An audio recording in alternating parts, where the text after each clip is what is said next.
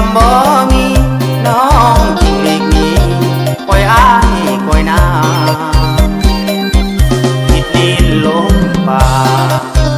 ลำบากบ่มีความจริงหัวใจผู้หญิงหลอกกิ่งสิ้นเสื่อมอำพาไปหาวงใหญ่กับแฟนใหม่เจ้าแล้วเอวบางปล่อยอ้ายนี่อ้างว้าง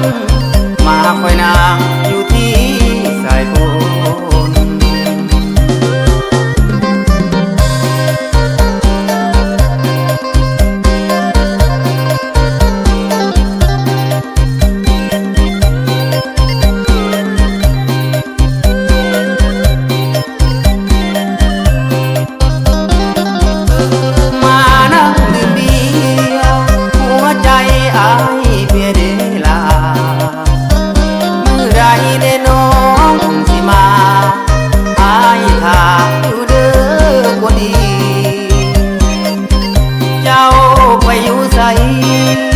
ลงลืมไหล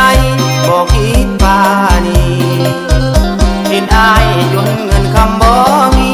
น้องจึงหลีกหนีคอยอายคอยนาติดดินลงป่า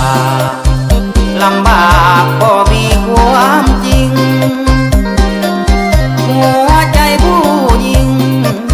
หลอกกิ่งสิ้นเสื่อมอำพา